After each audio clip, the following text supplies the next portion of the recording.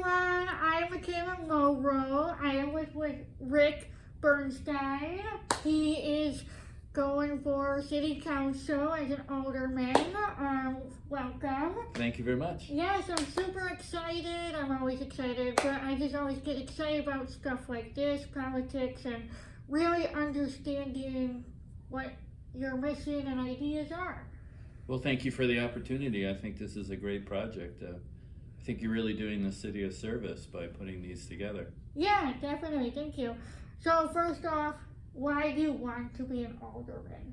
Okay, I've really thought about that, and that is a question I get a lot when I go around when I was asking people to sign my nomination papers, and it made me really think it through a little bit more.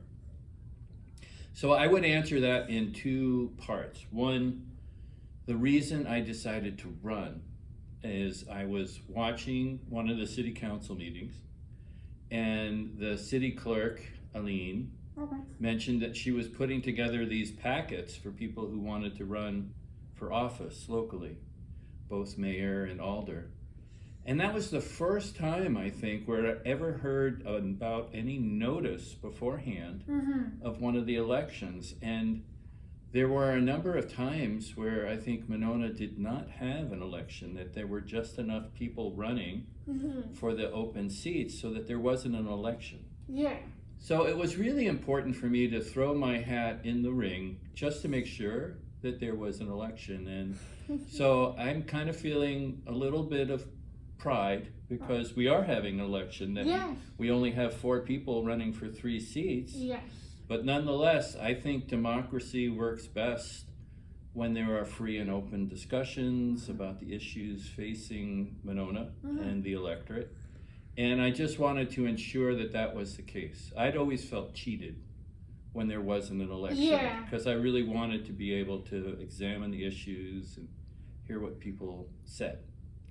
So I've just really, another personal reason for me is I just wanted to learn more about the issues that are facing Monona. I feel like I stay on top of things on a national and state level. Yeah. But I really wanted to dig in on a local level and just be a better consumer of democracy. That's the way I put it. Yeah. And so I've taught myself as much as I think I can using the web. And I feel like these issues that are facing Monona are pretty big. And as part of that, I've grown to feel like I just want to make sure what I have to say, what I think, is part of the public record. Yeah, and that it's included in the public discussion.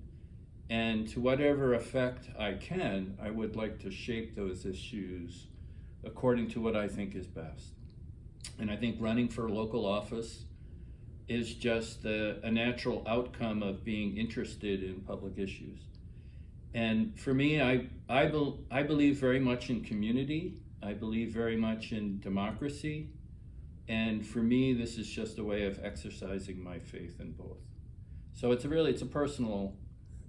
expression of my personal beliefs to get involved on this level. Wow, yeah. Well, I'm glad you're giving me the opportunity to dive into your ideas then, to give that out to others to understand where your standpoint is. Yeah, no, this is a great opportunity for me as well. Yeah, perfect. So I'm going to start off with the San Damiano Park. Okay. Which I believe you've been a part of that membership or club, not club, but like board. I'm not an official part of the process. I've taken it on as a personal project, I would say. Responsibility. Yeah, so my background is in historic preservation. Okay, yes. Okay, that's what I worked at the State Historical Society for 30 years. Wow. And I retired a few years ago, but I still keep my hand in. Yeah. I work part-time at the Dane County Historical Society, so I'm still involved. Yeah. And I've always felt all history is local history. They say all politics is local politics. Yeah. But I think all history is local history, and if you really want to have an impact on your community, you got to get involved. And so I think with the Frank Alice House, which is that large historic property that sits on the San Damiano property, we have an incredible opportunity there. The house, I have a picture of it here. The Frank Alice House is an 1893 Oh, wow. Georgian revival mansion, Yes. and it could look like that again. Wow. All its historic fabric, almost all, is still there. Wow. And I would love to be able to include that as one of Monona's, it is a landmark. Yeah. The city has landmarked it. Yes. So I think the potential there is vast. Okay. But the problem, as I see it right now, is that the city and the steering committee has to establish a mission, a vision for the property. And they haven't really done that. They're kind of looking at 3 different scenarios, with a house, without a house, with a new building. But what they really need to do is establish a vision for the property, similar to what they did in Madison when they took over the Garver feed mill. Yes. Now that was a building that was basically in ruin. The brick walls were basically almost collapsing. Mm-hmm. But the city, it was a city landmark. It was eligible for the National Register. Mm-hmm. And the city said, what should we do with this building? And they established food and food entrepreneurship as a theme. Food production. That makes sense, yes. And what they've been able to realize there is absolutely phenomenal. Yeah. I mean, it's just a gorgeous reclaimed piece of history. Yeah. So what are the values that Monona feels strongly enough about that they feel this property can kind of move the ball forward? Yeah. Is it sustainability? I think it would make a great center. I'd love to call that building the 4 Lakes Center for Sustainability Excellence or something like that. Yeah. Where you bring together all these various groups under one roof, and through that synergy, you have a very exciting program. Yeah. I think that's what they did at Old and I think we could do it here. So right now, with all the public input, a lot of people have talked about tranquility. They've talked about sanctuary as the values that they most feel are important for that property. And so I don't want to turn it into an area that has big parking lots and 50 cars parked right in the middle of that beautiful green space, which is one of the proposals they're kind of envisioning. Oh, okay. They're going to unveil that on Monday at their next, or on the 21st.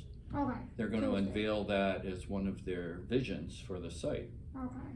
I don't think we want large blacktop of asphalt on that property.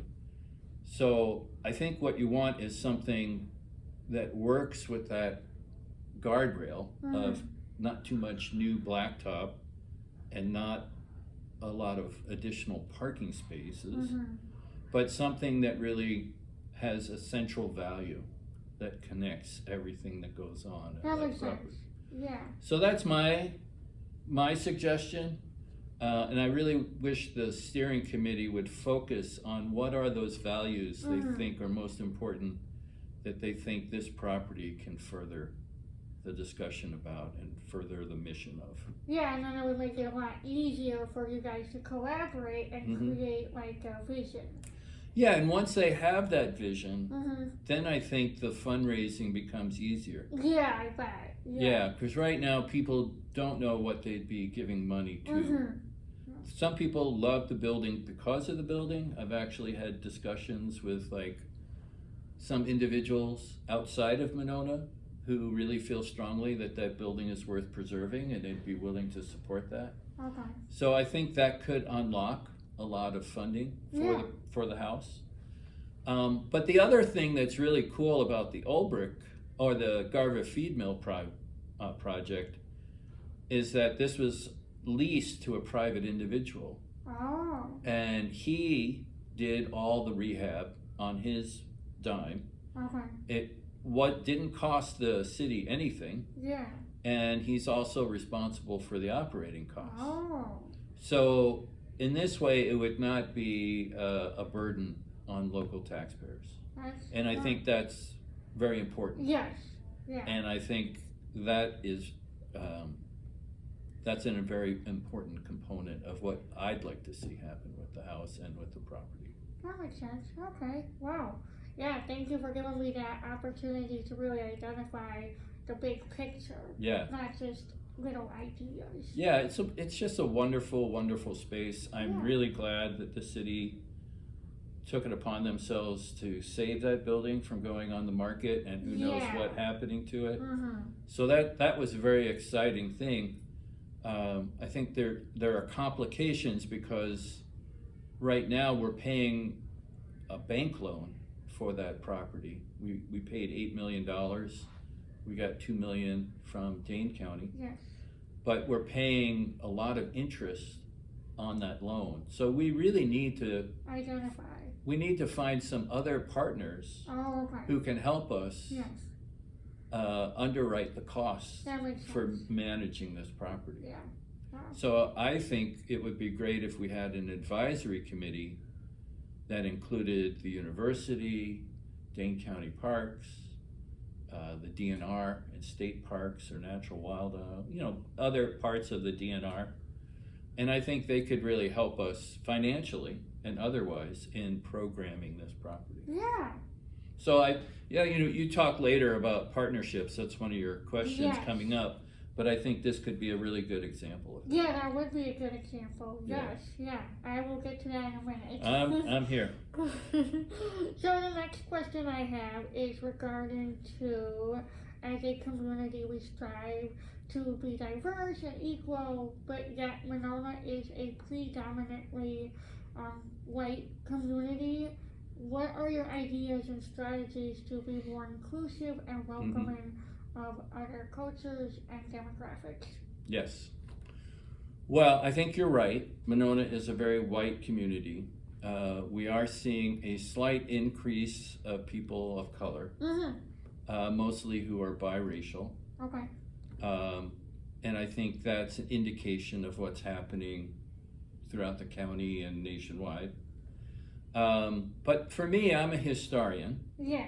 And my big question is, why is the community so white?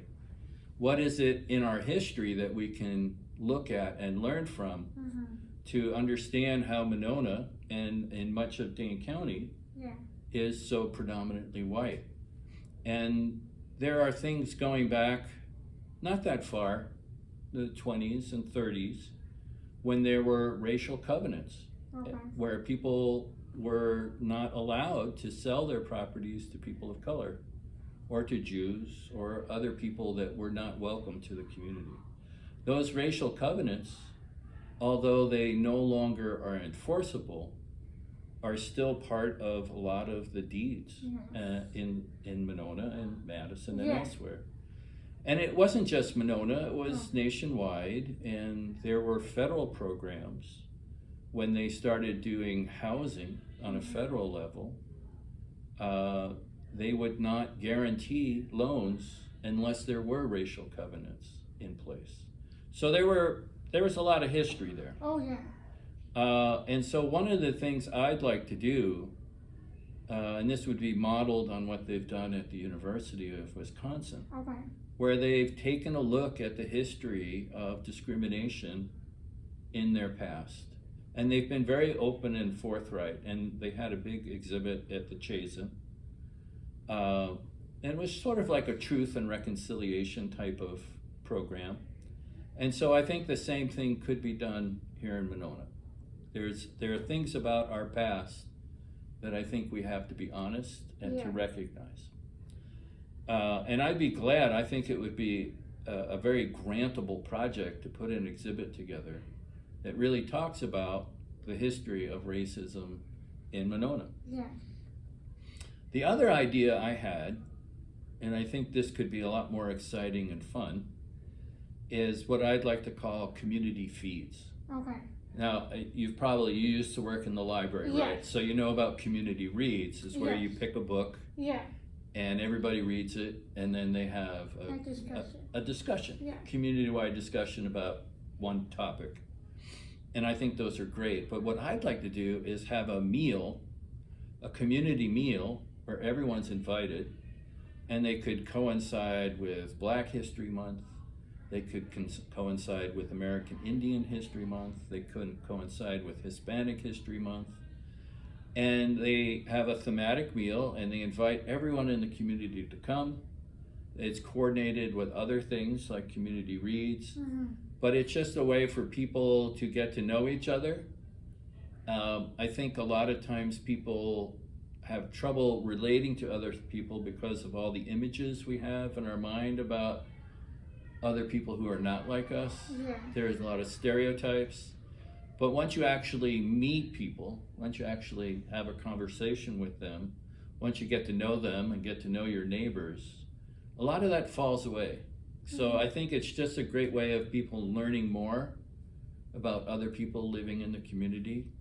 And I think it would be kind of an exciting event that Monona could really get behind. Yeah. So yeah. it's just an idea. I like that idea. Yeah, I think it could be fun. And it could have music, it could have food, Yeah. it could have educational events as a Yeah. component of it too. But I just think there's a way to enhance the communication between people. Definitely. And build those bridges. Yeah. Well, thank you so much. I appreciate that. Thank you. You're welcome. And then the next question I have is to be part of a group with various ideas and experiences, and you're kind of elaborating on that, so I'm kind of jumping to that idea, is how would you like to identify what's best for the city from all the different feedback and ideas that each person might have on the city council? That's a really good question. I like to think that I'm a bridge builder. Okay. I think I'm willing to listen and always hear people out. And then I think as long as there's an active listening going on and there's a honest conversation going on, then I think you can find where the places of agreement are. Okay. And then move on that. Yeah. And so one thing I thought might be interesting to mention was an example. When I was going around the community, getting signatures on my nomination papers, there was one guy, I had knocked on the door earlier and I think talked to his wife. He was busy, so he didn't come to the door. I went past the house on my way back and he met me in the driveway and he says, "Oh, so you're running for alder, huh?" And so I kind of knew what I was getting into a little bit. And he said, "Well, tell me about your platforms. What are your platforms? What do you have for?" So I said, "Well, I'm interested in affordable housing. I was going energy efficiency." You guys are all alike. Oh geez. And I said, "Well, what do you think about affordable housing?" He says, "Well, what about people who are already living in the community? How about making their housing more affordable?" And I said, I'm perfectly willing to work for that. And one of the ideas I'd like to work on is putting in more solar panels and energy efficient systems in these large multifamily properties that are rentals, that are what we would consider moderate income, and just lower their utility costs. So that's making the existing homes more affordable. Yes. By reducing utilities. I think when people think of affordable housing, they think of building something new. Yeah. But there's also the issue of trying to retain what affordable housing we already have. And there are lots of these large multifamily homes on Pilot Island and elsewhere that have huge solar exposure. And so could you work with the owners there to take advantage of solar power to reduce everyone's energy costs? So I think it could be a win-win-win where the owner gets to take advantage of these tax credits that are in place for solar energy and for heat pumps and things like that. And then the renters, the tenants, would get lower utility costs and we'd have a cleaner environment. Yeah. So it could be an exciting program. And are there things we can do with the Renew Monona program that would help maintain affordable housing? I would like to think so, because a lot of the money we're getting from the TIF districts, they normally last 27 years, but if they extend for an extra year, the money you accrue in the TIF districts can go to help with affordable housing. Oh. So that money could then be turned around and reinvested in properties here in Monona. Yeah. Now I got a Renew Monona loan to put solar panels on my house. Okay. Got a low interest loan, a 2% loan. It didn't pay for the whole thing. It paid for $7,000 of the $19,000 it cost. Hey, that helps. But it's a 2% loan, which is really very inexpensive. Yeah.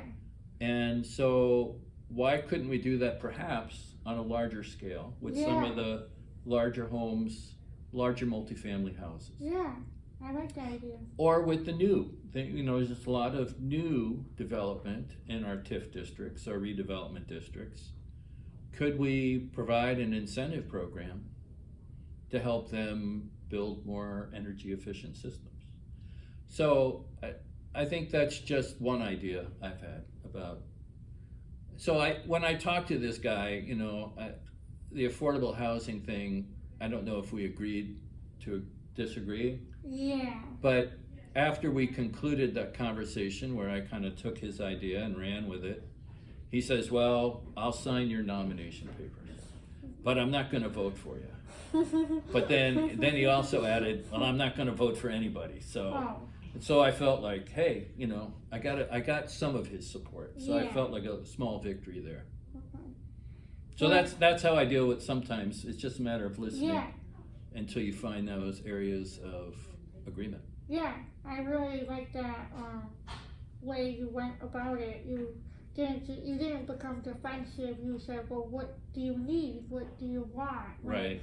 Help me understand so that I can help you. Right. No, we had a long conversation about a bunch of stuff. Yeah. And I learned a lot from him because he had been paying attention. Okay. He's lived in Monona all his life. Okay. And he was telling me the way things used to be. Yeah. So I learned from him. Yeah. You just have to be willing to listen. Yeah. He definitely had a chip on his shoulder, but nonetheless, I found him entertaining. I thought we got along well. Yeah. I think he was very appreciative because he said there weren't a lot of people who came to Pirate Island seeking their input in terms of a nomination paper. So I deliberately wanted to go to parts of town that I don't think people often go to. Yeah. And Pirate Island, I think, is one of them. Yeah. Interesting. Wow. Well, I appreciate that. Yeah. Thank you. The next question I have is, as a smaller community, there are some things that we can't do on our own. Right. And we need to involve another community or partnership. Absolutely. And you started this with the San Damiano idea. Right. Did you want to elaborate on that? No, I mean, I think that's just indicative of a lot of things that we want to do. Okay.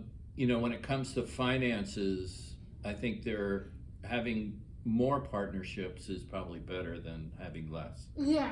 And so I think San Damiano is just one example where we might be missing an opportunity to partner with larger entities who have an interest in this. And we could, probably find a combined mission that would work for both of us. Yeah. But the one thing I guess I'm thinking about is the need for a new public safety building. Okay, yes. That's a big deal. Yeah. That's something that the city has been kicking around for 10 years, maybe more. And the need has only gotten more critical. Yeah.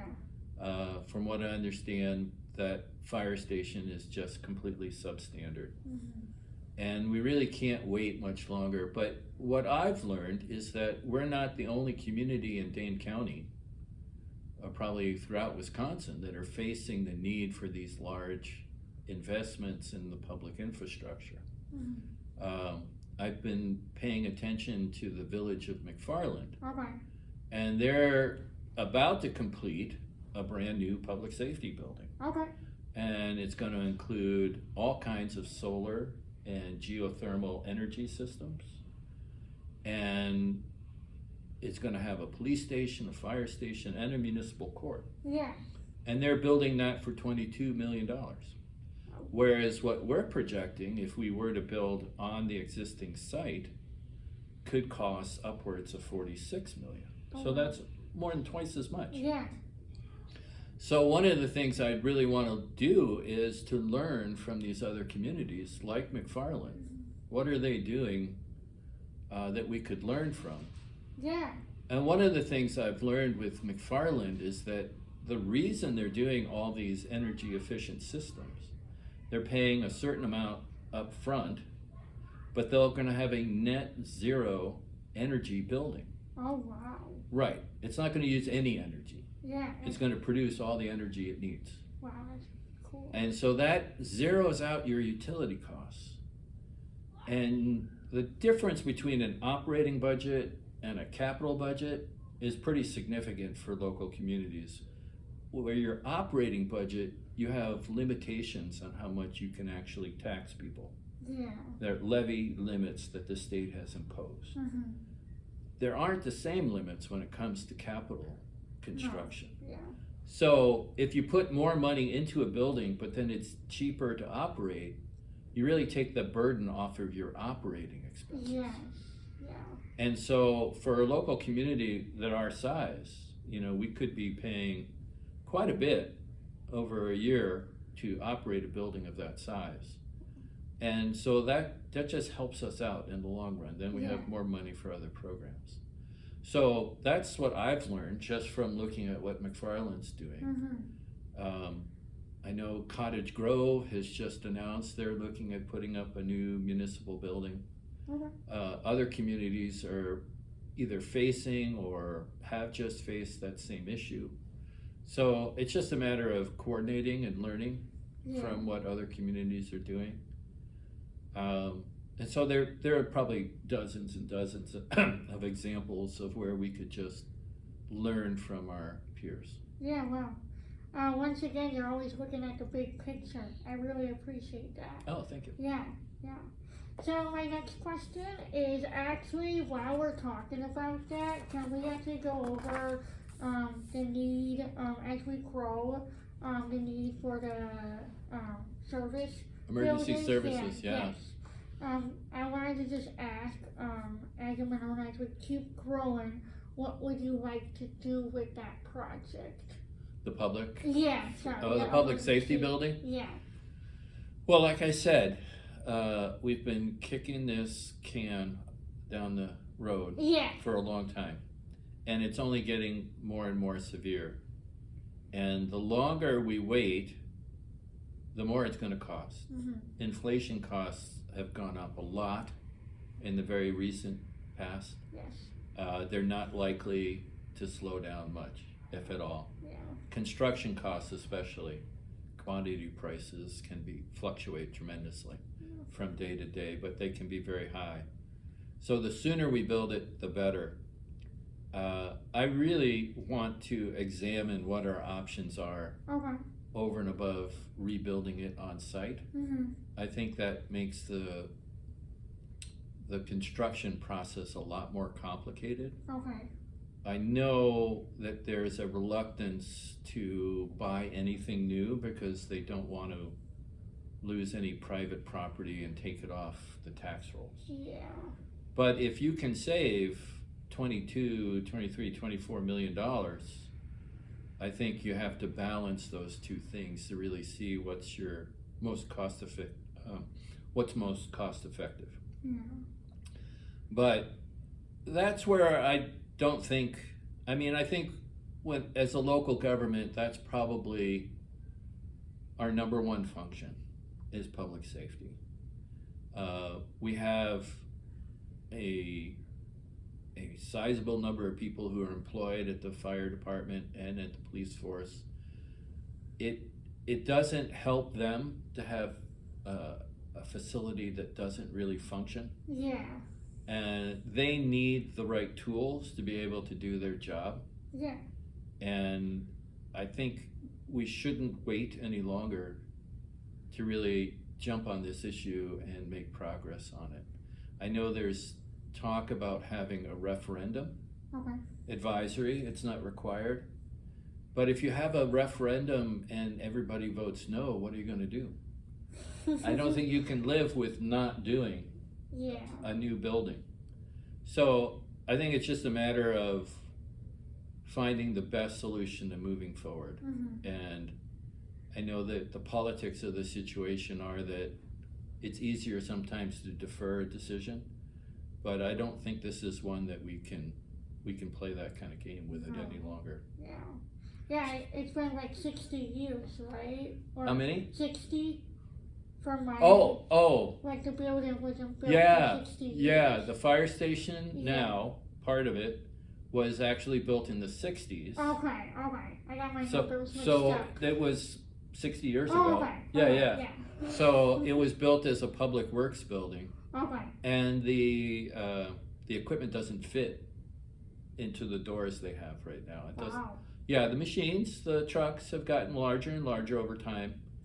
And I think they've done everything they could to kind of rehab it so the trucks can fit, but it's beyond any more remodeling. Yeah. So I think we just have to do it. Yeah. Just have to do it. As a community, we have to make a decision and do it. Yeah. I like that. Yeah. Okay. We have to. Yeah. Perfect. And then, speaking of, like you mentioned earlier about like areas that people don't necessarily think of in Monona, right. do you think there's any areas that may be endangered of neglect in Monona? Well, I know there have been a lot of big developments along the Broadway corridor. Yes. Yeah. And I know they have a redevelopment district and a TIF district. And so that's an area that there's a lot of focus on. Mm-hmm. So yeah, there's a lot along the Broadway corridor that I think we could work with that and hopefully bring in some good development there. Pirate Island, I think, is an area kind of in the shadows right now. So there's this channel that surrounds the island, and it's in desperate need of dredging. So the channel isn't, you can't have boats go in there, you can't fish in there anymore. Oh. So there's just been a lot of muck that's collected. So there's some hesitancy to go ahead with the cost of that without having some financial participation by the property owners. Yes. And most of the apartments on that island belong to a single individual. Mm-hmm. So until they get some level of buy-in from the property owners, they're not moving ahead. I'd like to see what, if any, possibilities exist. I know the county has its own dredger right now. I think they actually have two. Okay. And they were just dredging along the Yahara River close to Monona. Oh. Could we work with them to try to dredge that area? Because I think it would fit in with their program about reducing some of the sediment and PCBs and pollutants that exist in those sediments. So again, there might be a partnership possible with the county where we can take that project on, because it's unsightly. I don't know what the health issues are with something like that, but it's obviously an area that can and should be addressed. Yeah. So I think it's kind of, it's not talked about, a lot, but it is an area where I think there's some neglect right now. Okay. So that's my answer to that. Okay, yes. Yeah, okay, yeah. I can see that. I never really think of Pirate Island. Right. And I appreciate you mentioning that. Yeah. Because I always say, oh, it's a small community, I know all of it. But at the same time, there are areas that I don't necessarily visit as often. Yeah, well, it's off the beaten track. It's kind of a dead-end situation, so unless you're going there to go to Pirate Island, you're not going there. No. Yeah, so it's the other side of Bridge Road. Yes. And it doesn't get the same kind of traffic. Yeah, that makes sense. Yeah. Oh, interesting. You spoke earlier about housing. I kind of want to touch on the idea of adding apartments and condos. What are your thoughts on that? Well, I think your question is, should we be building more? Yes. And I think absolutely. I think we have to build more and more. And one of the major reasons that housing is as expensive as it is there's just not enough of it. Yeah. People are trying desperately to buy a house in Monona. You almost have to know someone who knows someone to be able to get something. That's how we bought our house. Yeah. My wife knew someone from church who knew someone who was selling their house, and so we were able to get in. We didn't have to go through realtors. We were able to save a little bit of money. And 9 times out of 10, I think that's what happens here in Monona. But if we can increase the cost of the house, if we can increase the amount of housing and just build more and more, I think that would help. Yeah. One of the ideas I'm kind of looking at, I don't really know if this would work, I'm just thinking about it at this point, but if we allowed developers to put an extra story on their building, instead of 3 stories, it would be 4 stories. Instead of 4, it'd be 5. Would that extra story then would it be more feasible for that to be affordable? Could the developers still come out ahead such that they could cut the rent and make it below market rate? It's an idea. I think it's worth playing with. The other thing I'd like to do, and I think this is something that came out in the diversity and equity and inclusion report, was building more accessible dwelling units. Yes. So there are some homes right across the street from me on McKenna and on Midmore, where they have huge lots, almost 3/4 of an acre or more. Those were built almost so that you could have these huge victory gardens.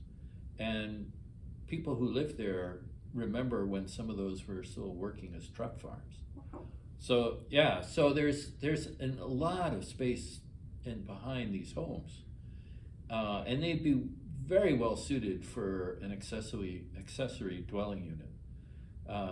And where you could have, well, they used to be called mother-in-laws, because that's where you would build something for an older generation. Yeah. And my wife and I, we were thinking of building something like that, but our lot's way too small, and the setbacks just made it impossible. But I think there are some lots where you could devise this accessory dwelling unit ordinance to allow for new housing. Yeah. And there's just one way of increasing the supply. So I think there are small ordinance changes or creating new ordinances that allow for other types of housing that I think could help with the supply, and therefore I hope would help with the affordability. Yes. Yeah. So all of the above. I think it's just a matter of, like with the Broadway corridor and elsewhere, I think Monona is doing that to a large extent. I think what they did with the Current is great. It's a wonderful project. I would like to see more affordable housing made as a component of that. Yeah. And I would also like to see more energy efficient systems as a part of that. I think the development goes a long way to helping us with our tax base, which is what they're primarily designed to do. But if we are going to subsidize the construction of these projects to the tune of $2 million, is there something more we can do in terms of negotiation or incentives to make sure there's an affordable housing component? Yeah. Or that at the very least they take advantage of these new tax credits that are available for solar power and for geothermal systems. So I think it's doable. Yeah. I think it's just a matter of the city deciding that that's part of what they want to do. And so it's a matter of building more, but it's also a matter of asking more of the developers when they design these really beautiful new projects. Yeah, perfect. And then my next question is, if you could add a business, what would it be and where would you want it? Well, here's one. I've been thinking about this for a while. I used to sit on the board of the Willie Street Co-op. Oh, okay. I was on the board when I lived in Madison, Yeah. just a couple blocks away from the one on Willie Street. Yeah.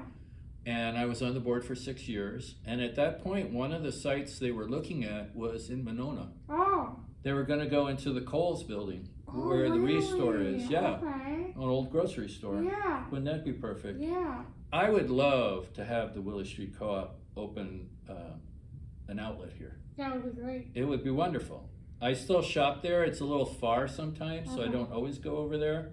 But there are some things I can't find anywhere else. Plus, I just really like it there. Yeah. It's got a great salad bar. It's got some great Yeah. hot, ready-to-go foods. Yeah.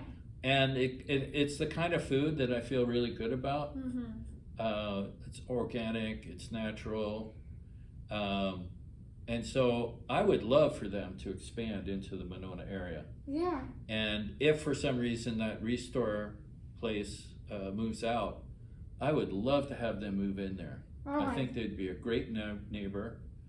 They're a really good corporate citizen. They really work hand in hand with their communities. And Okay. if there are things that we want to do with food programs, be it that community feeds, or if there's a senior nutrition program or other things, they're very generous and they really work with their community partners to do a lot of exciting things. So I think if we could recruit them to move Monona, I would love to follow up on that opportunity.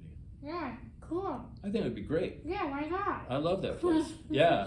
And then, as an alderman, you may spend like a lot of hours in meetings, research, and Right. you're putting a lot into this, community, and like putting effort into it and all that. How would that affect you? Do you believe you have the ability to put some time into this? I do. And I think I'm at a point in my life where I'm retired Okay. and I'm an empty nester. Okay. So both of my kids live nearby, but Yeah. they're out of the house. Okay. They have their own lives Yeah. now. And I do work part-time, Okay. but it's not a lot. Yeah. So I think that gives me the time, the opportunity to really dig into these issues. I think Doug Wood and I are both at that point in our lives where we've Okay. had our careers. Yeah. I don't know if he's an empty nester or not. I think maybe not. I think he's got a high schooler at home. But so I do feel like I have the time. Yeah. In terms of research, that's what I love to do. Yeah. I'm a historian by training, and I love to go into these documents and all the things I can read to really figure out what I need to take a look at an issue. So I do, like you say, like to look at the big picture. Yeah. I like to go into depth into what it is I need to know to make an informed decision. So I think I'm very well suited for that. Okay, perfect. So I think this could be a real good fit for me. Yeah, well, I definitely learned a lot from you just from this conversation. Well, there you go. Yeah. That's for me, that's why I do it, because I feel like I bring an informed point of view to the table. Yeah. And I think people appreciate that. They go, I didn't know that. Here's a piece of information I did know. It changes how I see it, how I want to act. So it's important. Yeah. Well, my favorite question I want to ask is, what is your favorite part of Monona? Well, I'd have to say it's the Yahara River. Okay, yeah. And I love boating along that section from the outlet of Lake Monona that goes under the bridge, kind of where rutabagas, I used to love taking canoes and such from them. I'm going to miss them a lot because I like just boating and go into the Capitol Springs recreation area. Now, I don't know if people really know this, but Monona owns several hundred acres on the other side of the Beltline. Oh, okay, yes. It's called the Monona Wetland Conservancy. Yes. So Gilligan's Island, the area where people stop their boats and kind of party, And then there's this little area, the Nine Springs Creek, that skirts the Monona Wetland Conservancy. Oh. And I've kayaked in there, and I've seen green herons, I've seen all kinds of wildlife in there. So Wow. it's a private little corner. And it's kind of it's not a well-known or well-explored area of Monona. They are talking about trying to build a bike path over the Beltline or under the Beltline or around the Beltline. Yeah. I don't know what they're gonna do, but you know, with the new school that's there, they were hoping to build some kind of connection to that part of Monona. Yeah, that'd be great. Yeah, it would be great. Yeah. So it could be a great site for environmental education for a whole new school program. Yeah. Wow. So I think that's an area that I love, the whole Capital Springs recreation area. Oh, yeah. It's right on the border of Monona, and it's just such a beautiful place. It is. And I feel like whenever I'm out there, I get away. I'm kind of like in the country, 5-minute ride, and I'm surrounded by this beautiful area. So that's kind of an exciting place for me. That's awesome. Wow. Well, thank you so much for having me and Thank you. answering my questions that I had. I think this will be very helpful for the voters. Is there any way for them to contact you? Yeah, they could email me Okay. at rick4monona, and it's the number 4. Okay. rick4monona@gmail.com. Perfect. Okay, thank you so much. Thank you. It's been a pleasure.